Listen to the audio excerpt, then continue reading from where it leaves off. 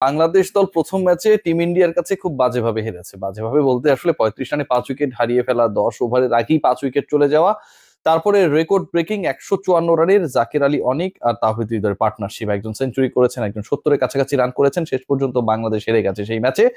ম্যাচের হাইলাইটস কিংবা কি পয়েন্টস যেটা আসলে বাংলাদেশের পরাজয়ের জন্য সবচেয়ে বড় রেসপন্সিবল, সেগুলোকে যদি আমরা সামনে আনার চেষ্টা করি, আমার কাছে মনে হয় যে সর্বপ্রথম এবং একমাত্র কারণ হিসেবেও যদি কেউ দাঁড় করাতে চায় যে বাংলাদেশ পরাজিত হতেই পারে, কিন্তু এত বাজে ভাবে যে স্টার্টটা হয়েছে, যেটা আসলে প্রথম 10 ওভারেই নিশ্চিত হয়ে গেছে যে বাংলাদেশ এই ম্যাচে কোনো ধরনের ডমিনেটিং ক্রিকেট খেলতে পারবে না। সেই ক্ষেত্রে আসলে লিড রোল প্লে করেছে বাংলাদেশের টপ অর্ডার আর মিডল অর্ডার, স্পেশালি তিনজন ব্যাটার। সৌম্য সরকার শূন্য করে আউট হয়ে গেছেন, আরো একটা আইসিসি ইভেন্ট শুরু করেছেন উইথ জিরো, বিগ জিরো শুরু করেছেন শূন্য দিয়ে। এবারের ICC event Najmul Hossain Shanto, he is the captain of the side, এবং মিডল অর্ডারে মুশফিকুর রহিম। এই যে তিনজন ব্যাটার সবে মিলে খেলেছিলেন মাত্র 8টা বল, এবং যে 5 উইকেটের পতন ঘটেছে তার তিনজন হচ্ছেন সৌম্য, শান্ত এবং মুশফিক। তাদের কারণে বাংলাদেশ যে স্টার্টটা এক্সপেক্ট করছিল সেই এক্সপেক্টেড স্টার্ট পায় নাই। স্পেসিফিক্যালি বাংলাদেশ স্ট্রাগল করেছে, এবং ওই ষষ্ঠ উইকেটের অভাবনীয় পার্টনারশিপটা না হলে শেষ পর্যন্ত টিম টাইগার্স 100 ম্যাজিক ফিগার ছুতে পারতো কিনা সেটা নিয়েও শঙ্কা তৈরি হয়েছিল। আলোচনা যখন সৌম্য, শান্ত, মুশফিককে নিয়ে, তখন আলোচনাটা অনেক বেশি ভ্যালিড এই তিনজনের কে বাদ পড়ছেন পরের ম্যাচে। বাংলাদেশ যে পরের ম্যাচটা খেলবে সেই ম্যাচে আমরা সবাই জানি সব ঠিক থাকলে Mahmudullah Riyad he will be the part of the 11। Mahmudullah Riyad যেহেতু একাদশে ঢুকবেন মোটামুটি নিশ্চিত, তাহলে তার জায়গায় তো বা তাকে জায়গা করে দিতে গেলে তো একজনকে বাদ পড়তেই হবে, এবং এই বাদ পড়ার হিসাবটা বোলিং ডিপার্টমেন্টও চেঞ্জেস আসবে মোটামুটি নিশ্চিত। কিন্তু রিয়াজ যেহেতু একজন ব্যাটারকে দিয়ে সেটাকে রিপ্লেস করতে হবে। এখানটায় আপনি কোনো কারণে ধরেন মুস্তাফিজকে বসিয়ে দিলেন, সাকিবকে বসিয়ে দিলেন, ছোট সাকিবকে, মাহমুদুল্লাহ রিয়াদ তার জায়গায় তো নিশ্চয়ই খেলবেন না। মাহমুদুল্লাহ রিয়াদ খেলবেন একজন ব্যাটসম্যানের জায়গায়, একজন ব্যাটারের জায়গায়। সো ওই ব্যাটারের জায়গাটায় নিশ্চয়ই 7জন যারা রয়েছেন তাদের মধ্যে আমি যদি হিসাবটা আপনাদেরকে করে দেখাই, তানজিদ তামিমকে আপনি বাদ দেওয়ার তালিকায় রাখবেন না, খুব ভালো করেন নাই কিন্তু 25 বলে 25 রান তো করেছেন। অন্যরা যখন আউট হয়ে গেছেন খুব দ্রুততম সময়ের মধ্যে, তানজিদ তামিম 25 বলে 25 আমার কাছে মনে হয় তুলনামূলকভাবে মন্দের ভালো গেল 1 নাম্বার। আপনি নিশ্চয়ই মেহেদী হাসান মিরাজকে বাদ দেবেন না। মেহেদী হাসান মিরাজকে বাদ দিতে গেলে একজন ব্যাটসম্যানও নিতে হবে, একজন বোলারও নিতে হবে, অলরাউন্ডার মেহেদী হাসান মিরাজ 2 নাম্বার চলে গেল। আপনি নিশ্চয়ই জাকের আলী অনেককে বাদ দেওয়ার ভুলেও চিন্তা করবেন না। এই চিন্তাটা যদি কেউ করে, বাংলাদেশ টিম ম্যানেজমেন্টে যদি এই চিন্তাটা কারো মাথা থেকে আসে, এটা একটা বিশাল গ্যাঞ্জাম লেগে যাবে পুরো বাংলাদেশের ক্রিকেট মহলে।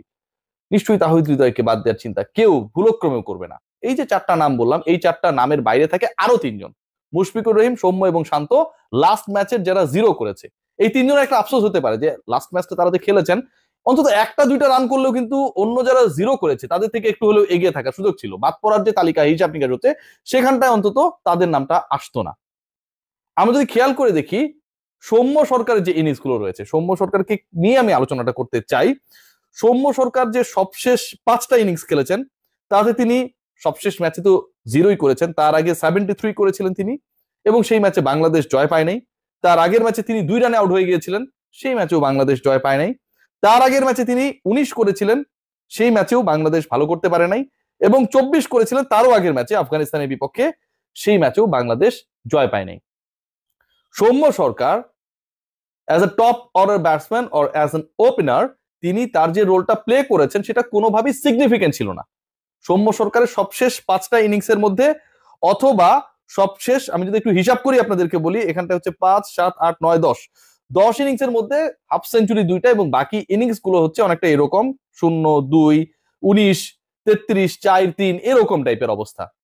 সৌম্য সরকার কি আমরা বাদের তালিকায় রাখতে পারি কিনা? ডেফিনেটলি ভ্যালিড পয়েন্ট যে সৌম্য সরকার, 2টা কারণ, একটা হচ্ছে according to his performance of form, দ্বিতীয় যেটা অ্যাকর্ডিং টু হিজ ফিটনেস। কোনোভাবেই পরের ম্যাচে যদি আপনি তাকে ড্রপ করতে চান, many logics you can have to drop Soumya সরকার।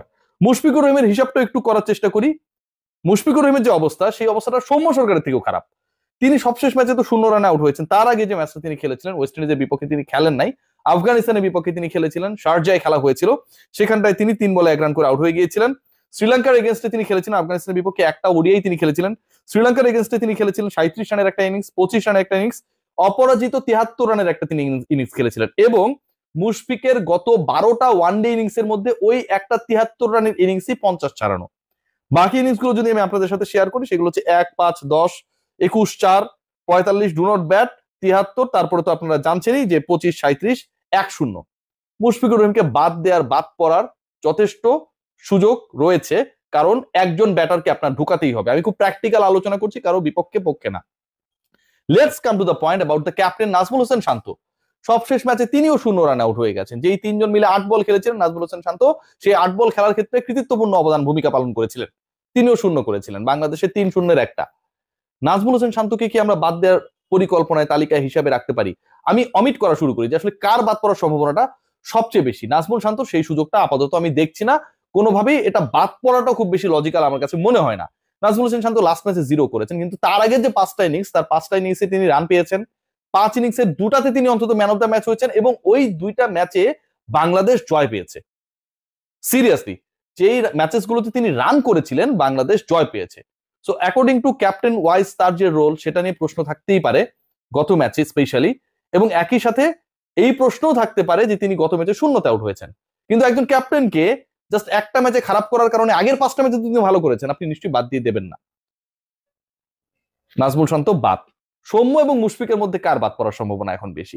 আমরা যদি মাহমুদুল্লাহ রিয়াদকে ইনক্লুড করতে চাই, মাহমুদুল্লাহ রিয়াদকে তো আপনাকে অ্যাকোমোডেট করতেই হবে।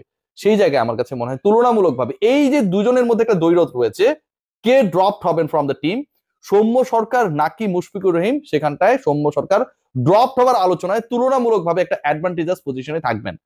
সবশেষ যে ইনিংসটাতে তিনি 0তে আউট হয়েছিলেন, তার আগে তিনি 73 করেছিলেন, একটু আগে যেটা বলছিলাম। নাম্বার 2 যেটা, if you want to pick Mahmudullah Riyad at 11, you have to drop someone who is a specialist batter in middle orders, right? আপনাকে মাহমুদুল্লাহকে যদি খেলাতে হয় তাহলে তাকে খেলানোর ক্ষেত্রে এমন কাউকে দিয়ে রিপ্লেস করতে হবে যিনি একজন নিজে মিডল অর্ডার ব্যাটার। মাহমুদুল্লাহ তো নিশ্চয়ই 1 ডাউনে নামবেন না, ওপেনিং এ নামবেন না, টপ অর্ডারে ব্যাট করবেন না। মাহমুদুল্লাহর ব্যাটিং পজিশনটাই হচ্ছে 6, 7 এই টাইপের একটা অবস্থায়। সো ওই জায়গায় যদি আপনি রিয়াদকে খেলাতে চান, আপনাকে এমন কাউকে পিক করতে হবে যিনি ফেইল করেছেন এবং কন্টিনিউয়াসলি তার পারফরমেন্সে আপনার টিমের কোনো ধরনের খুব বেশি উপকার হচ্ছে না, অথবা অ্যাকর্ডিং টু মাহমুদুল্লাহর পারফরমেন্স তিনি পিছিয়ে। সেই মানুষটা হচ্ছেন মুশফিকুর রহিম। এই মুহূর্তে জাকির আলী অনিককে বাদ দেওয়ার কোনো ধরনের সুযোগ নেই।